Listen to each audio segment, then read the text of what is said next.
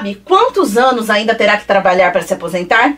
E mais, você sabe quanto vai receber assim que se aposentar? Pois é, essas perguntas com certeza fazem parte da rotina de muita gente. Ou, se você ainda não fez, com certeza um dia vai fazer. Aposentadoria, esse é o tema do Câmara Entrevista de hoje. Eu volto já.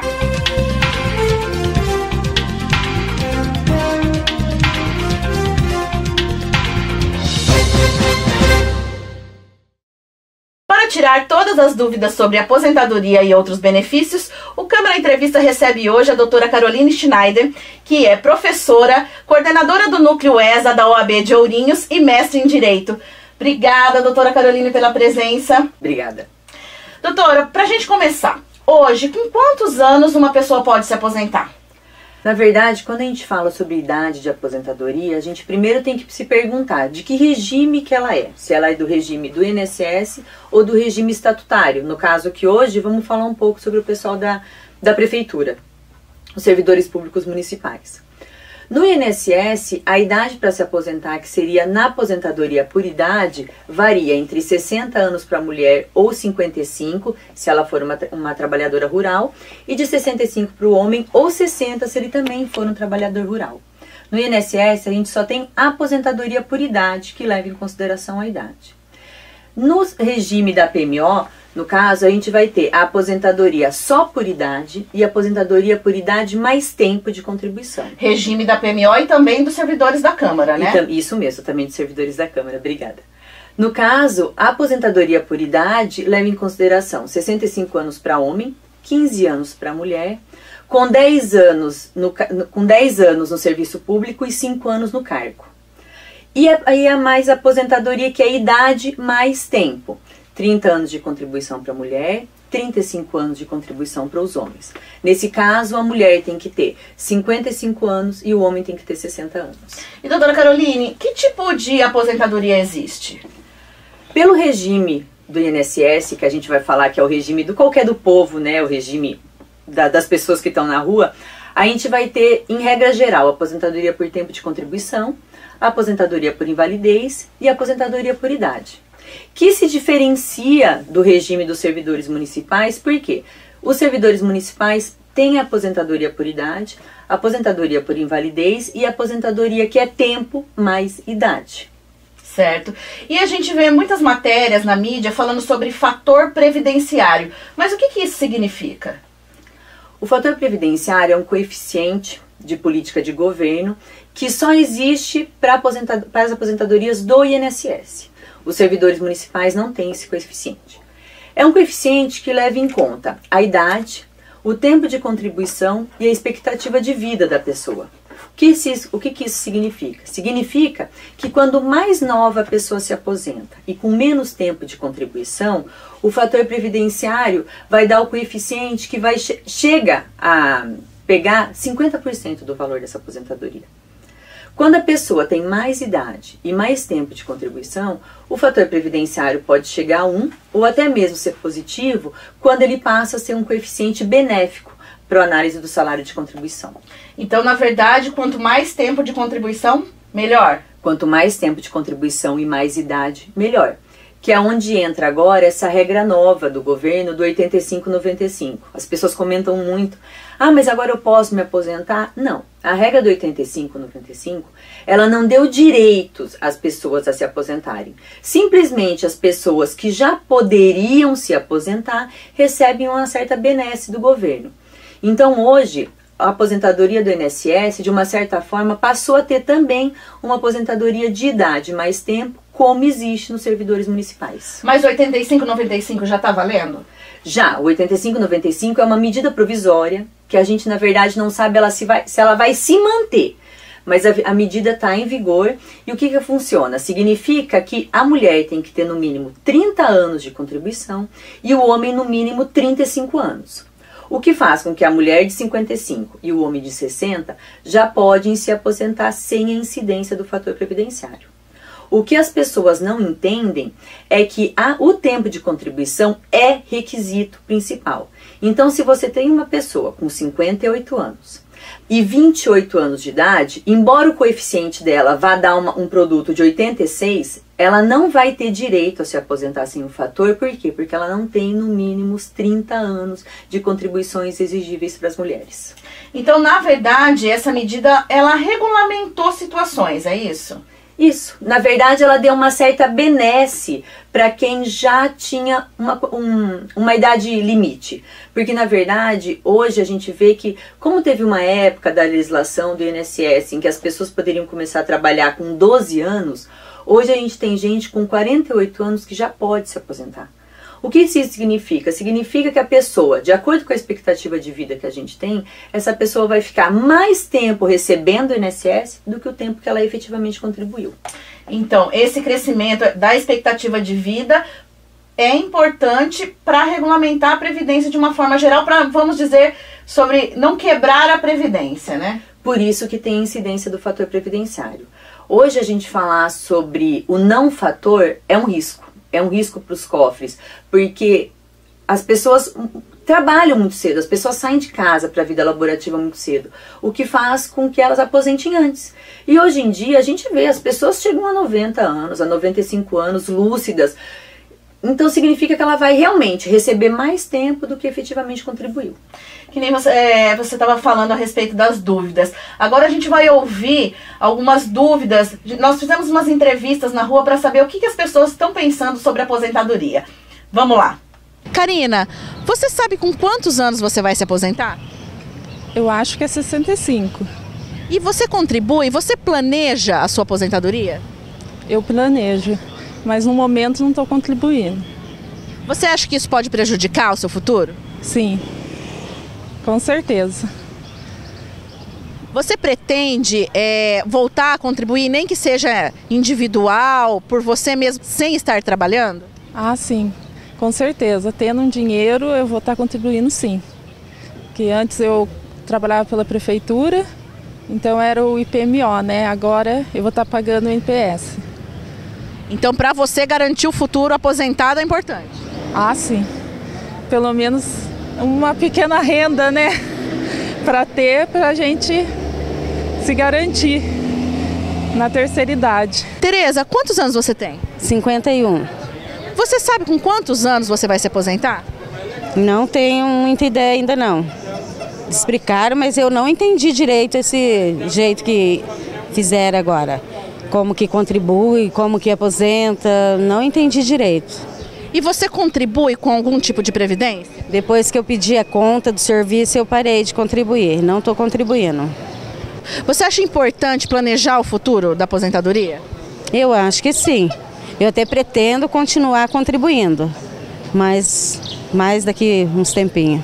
Vou dar mais um tempo. Pois é, a gente viu que muita gente ainda está com dúvida sobre a questão da aposentadoria. Doutora Caroline, uma outra pergunta agora. Qual é a contribuição mínima hoje para a Previdência no Brasil? No caso da Previdência pelo INSS, você vai ter os segurados, que são empregados, que logo vai ser a empresa que vai fazer os recolhimentos. E você tem aqueles segurados que recolhem no carnezinho, como as pessoas falam. Os servidores municipais vão ser equiparados aos empregados seletistas, então os recolhimentos são feitos pela prefeitura. No caso das pessoas que recolhem no carnezinho, a gente tem a alíquota de 20%, de 11% e de 5%. A alíquota de 20% sobre o salário mínimo, ou 25% até o máximo do teto de R$ 4.663, significa que a pessoa vai poder usar esse tempo dela de contribuição para aposentar por tempo de contribuição. A alíquota de 11% e de 5% apenas permite o uso desse recolhimento para as aposentadorias por idade. Essa é a diferença do recolhimento. Então significa que o contribuinte individual, a pessoa que, uma manicure, uma cabeleireira, que recolhe no 11%, ela vai se aposentar, mas apenas por idade. Seria 11% do valor do salário mínimo, hoje R$ 86,80. Então as pessoas têm como saber quanto vão ganhar ao se aposentar. Na verdade, quem recolhe pelo coeficiente mínimo, pela alíquota mínima de 20, 11 e 5, com base no salário mínimo, tem. Mas quem recolhe a mais, porque quando a gente fala sobre 20%, é 20% que vai do salário mínimo aos 4.663. Nesse caso, a gente não tem como saber. Se você realmente, ou você pode fazer uma simulação, no site da Previdência Social tem um campo onde você pode simular o tempo, onde você pode simular o salário, ou você vai recolhendo porque você pode fazer uma média você. Você pode dizer que, no caso você não poderia porque você é servidora municipal, mas a sua mãe, a sua irmã, o seu irmão poderia fazer o seguinte: olha, eu quero recolher sobre R$ 1.500. Então eu vou fazer um recolhimento mensal de R$ 300. Eu posso me programar quanto eu quero receber e quanto eu vou contribuir.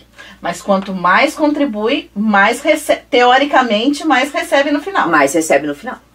Então é importante as pessoas se programarem, recolher, não deixar assim, quando chegar um pouco mais velho, se a pessoa recolher desde assim, vamos dizer, a partir dos 20 anos, dos 18 anos, é mais interessante, você acha? Na verdade, o recolhimento, nesse sentido, a gente tem que pensar nele como um seguro. Porque você não tem só aposentadoria. Tanto no estatuto, tanto pelo INSS como pelos servidores municipais, você tem outros direitos. É salário maternidade, é auxílio reclusão, é pensão por morte. Então, a aposentadoria é o que fica mais longe de você. Mas os infortúnios da vida acontecem todo dia. Embora a gente tenha medo de falar de doença, de morte, de acidente, essas coisas acontecem. Então o fato de você estar segurado significa que o tempo que você ficar impossibilitado de trabalhar, você vai ter uma renda para te sustentar. A gente vai fazer um breve intervalo porque eu quero falar um pouquinho mais sobre essa questão dos auxílios. O Câmara Entrevista volta já. Voltando com o Câmara Entrevista, hoje estamos recebendo a doutora Caroline Schneider. Doutora, a gente estava fechando o bloco anterior falando sobre os auxílios. Que tipo de auxílios existem hoje na Previdência? Os auxílios que hoje tem no regime do INSS são praticamente os mesmos auxílios que tem no regime dos servidores públicos municipais. Auxílio reclusão para o baixa renda, salário maternidade, auxílio doença, auxílio acidente, pensão por morte. São auxílios mais próximo das pessoas de uma certa forma. Embora fora a gravidez eles se relacionam a infortúnios, eles se relacionam mais com a vida das pessoas porque acontecem cotidianamente. Você fica doente, você precisa fazer uma cirurgia, você se machuca. Então significa que você tem um amparo do sistema que não é só o da aposentadoria. Tanto o INSS quanto o regime dos servidores públicos municipais não se preocupam apenas com a situação de velhice. Se preocupam sim com outros tipos de problemas que a gente tem no decorrer da vida. Então essa é a importância de contribuir todos os meses com a Previdência, né? Eu entendo que é a maior importância, porque embora a gente saiba que o simples fato de estar vivo significa que um dia pode não estar mais, você não sabe quando isso vai acontecer. Mas você sabe que você tem oportunidade, você tem chance de engravidar. O simples fato de você acordar de manhã e sair significa que você pode pegar uma doença, precisar fazer uma cirurgia. E é importante amparar quando os infortúnios acontecem. Há pouco tempo, doutora Caroline, a gente viu na imprensa a questão da mudança em relação aos funcionários ativos da aposentadoria compulsória. Na verdade, o que mudou? Na verdade, o que mudou é o seguinte. Aqui no nosso caso, embora a CLT tenha a aposentadoria compulsória, a gente não percebe assim que tem uma ampla divulgação sobre ela. A aposentadoria compulsória da PEC da Bengala, que é o que tem se falado muito, exatamente, é relacionada aos servidores públicos. O que acontece? Foi feita uma emenda constitucional, a Constituição foi emendada com a emenda constitucional 88, e que deu aos ministros do STF, aos tribunais superiores e aos membros do TCU a possibilidade de se aposentarem compulsoriamente com 75 anos. No entanto, para que isso seja regulamentado e alcance os servidores públicos municipais, estaduais, distritais e do restante da União, a necessidade de que tenha uma regulamentação. Nisso a gente está com o projeto de lei complementar 274 de 2015, que inclusive desde o dia 29 de setembro já está na mesa da presidente para ela sancionar. Então ainda não está valendo? Não, para os demais funcionários ainda não. Ela só vale porque ela somente autorregulamentou a situação do STF, dos tribunais superiores e do TCU. Para os demais servidores há necessidade da regulamentação para essa lei complementar. Certo, doutora. Hoje, uma pessoa que vai começar a contribuir, o que ela tem que se preocupar? Na verdade, a maior preocupação dela é saber aonde que ela se enquadra.